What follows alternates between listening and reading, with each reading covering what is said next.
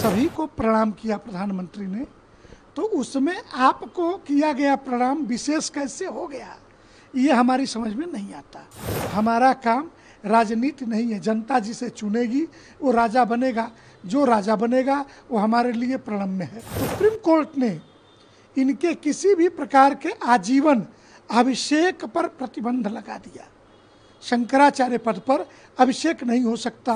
प्रधानमंत्री जी एक सामान्य भगवा वेश में बैठे हुए संतों की श्रृंखला थी। वहाँ मुरारी बापू से लेकर के रमेश भाई ओझा तक और अवधेशानंद गिरी, चिदानंद मुनि, सभी को प्रणाम किया प्रधानमंत्री ने, तो उसमें आपको किया गया प्रणाम विशेष कैसे हो गया, ये हमारी समझ में नहीं आता। और प्रधानमंत्री जी तो इस देश के एक एक कोई बड़ा आश्रम ऐसा नहीं होगा जहाँ न गए हों और संतों को प्रणाम न किया हो।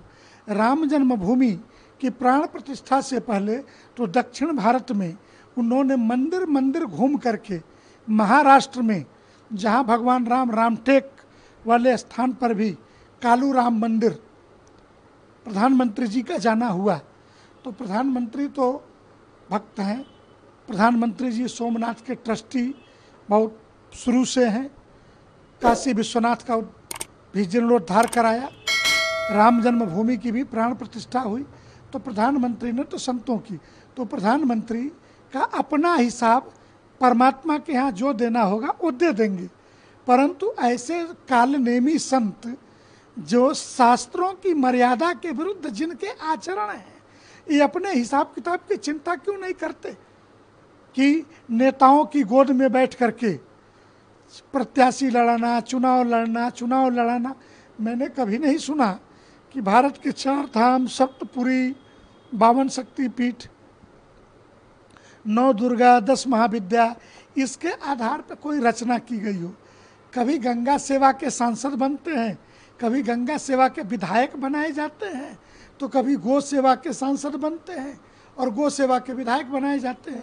तो विधायक और सांसद, ये जो किसी धर्माचार्य के दिमाग में सांसद विधायक वाला कीड़ा है, ये बड़ा खतरनाक होता है।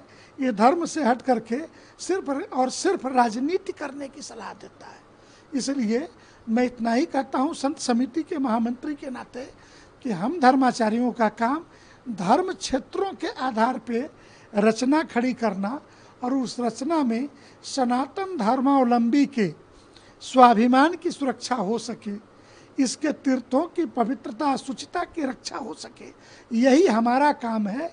हमारा काम राजनीति नहीं है, जनता जिसे चुनेगी वो राजा बनेगा, जो राजा बनेगा वो हमारे लिए प्रणम्य है।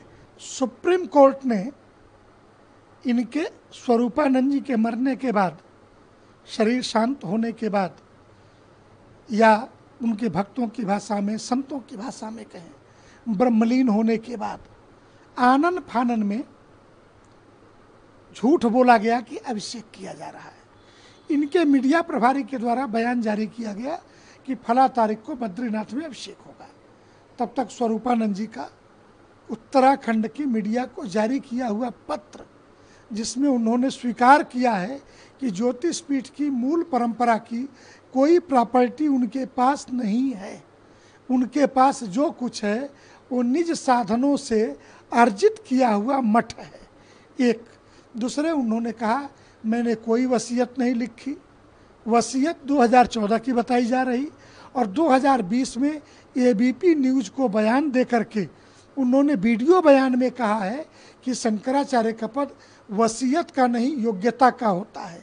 तो प्रश्न यह उठता है कि स्वरूपानंद जी विद्वान थे, इसमें कोई संदेह नहीं है। तो जब वो मानते हैं कि योग्यता का पद है, शंकराचार्य के पद पर वसीयत नहीं की जा सकती, तो ये वसीयत आई कहाँ से?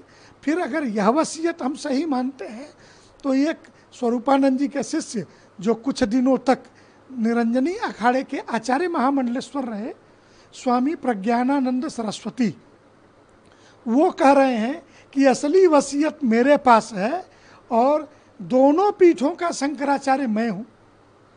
तो या तो प्रज्ञानानंद की वसीयत सही है या ये जो वसीयत सामने लेके आए हैं ये वसीयत सही है।